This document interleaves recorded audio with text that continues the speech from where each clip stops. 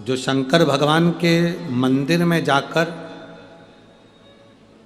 बेलपत्र को रखने के बाद एक लोटा जल समर्पित करता है। कब? किसके बाद? जम के बोलो जरा। बेलपत्र रखने के बाद। बेलपत्र को रखने के बाद जो एक लोटा जल समर्पित करता है और उस जल को जब वो पीता है तो उसके हृदय में कहीं पर भी ब्लॉकेज होते हैं या उसकी नाड़ियाँ चौक हो जाती हैं या नसें चौक हो जाती है तो वो पूरी नाड़ियाँ उसकी खुल जाती है उस जल का पान करने। घुटने में गैप था, घुटने टेढ़े हो गए थे और नीचे नहीं बैठ सकती थी। 20 साल से तकलीफ में थी। उसने लिखा कि शिवरात्रि वाले दिन रात्रि को 12 बजे वाला जो बेलपत्र खाने का आपने बताया था उससे मेरे घुटने ठीक हो गए, मेरी सारी दवाइयाँ छूट गई। मैं बाबा को यहाँ प्रणाम करने के लिए आई। कहीं बैठी हो वो तो हाथ हिला सकती है जहाँ बैठी। और पत्र ढूंढना पड़ेगा, नाम निकालना पड़ेगा तो वो निकाल सकते। शिव तत्व है, औघड़ी है शिव। अब एक समझने वाला प्रसंग यहाँ पर है, बहुत बहुत ध्यान देने वाला प्रसंग है। कभी जिंदगी में मौका मिल जाए गंगा जी के घाट जाने का, कभी जीवन में कभी एक मौका मिल जाए गंगा जी के घाट जाने का, और गंगा जी के तट पर अगर आप पहुंचे हैं, गंगा का स्नान करने के लिए गए हैं, अगर गंगा के तट का कंकर मिल जाए तो 7 बार हाथ की अंजलि में लेकर उस कंकर पर जल छोड़ दो। कंकर नहीं मिले, बालू मिल जाए, रेत मिल जाए तो उसकी एक शिवलिंग वहीं पर घाट पर तैयार कर कर उस पर 7 बार जल छोड़ दो। और यदि बालू भी ना मिले तो गंगा के जल को ही गंगा के जल में 7 बार अपने मन की कामना कर कर जब हम छोड़ते हैं और गंगा से जब हम विनती कर कर आते हैं, हर हर महादेव कहकर जब हम आते हैं तो गंगा हमारे मन के मनोरथ को पूर्ण करती ही है। ये निश्चित था।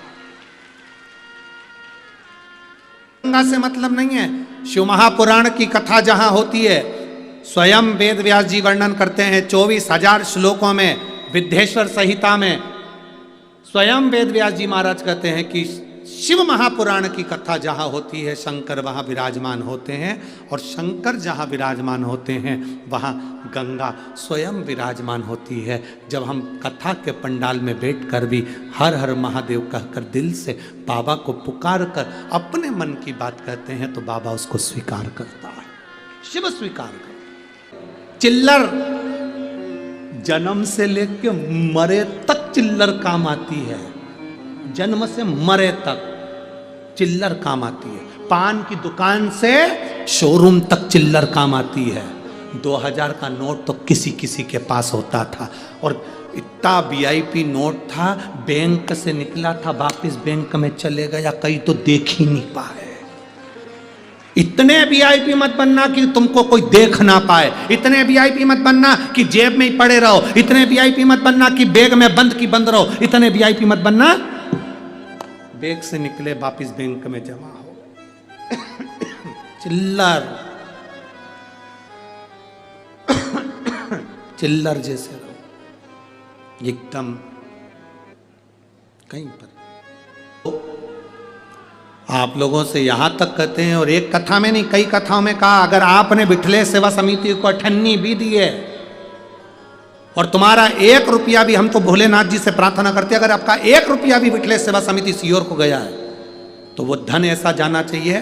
भगवान से ये प्रार्थना कर कर देना कि ये धन जैसे समिति में गया है वैसे एक दिन हम भी सीहोर कुबेरेश्वर धाम पर आकर देखें कि हमने जो 2 रुपया दिया था वो सही जगह लगा कि नहीं लगा। अपने धन का सदुपयोग हो रहा है कि नहीं हो रहा वो हमें देखना है। अपना धन दिया हुआ सही जगह जा रहा है कि नहीं जा रहा वो देखना है।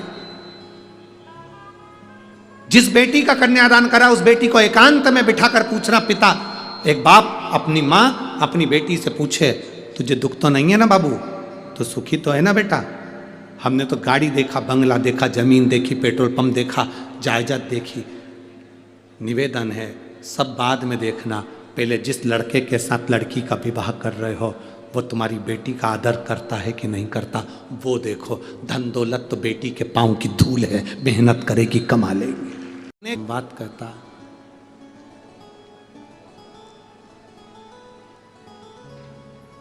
जो शंकर भगवान के मंदिर में जाकर बेलपत्र को रखने के बाद 1 लोटा जल समर्पित करता है। कब? किसके बाद? जम के बोलो जरा। बेलपत्र रखने के बाद।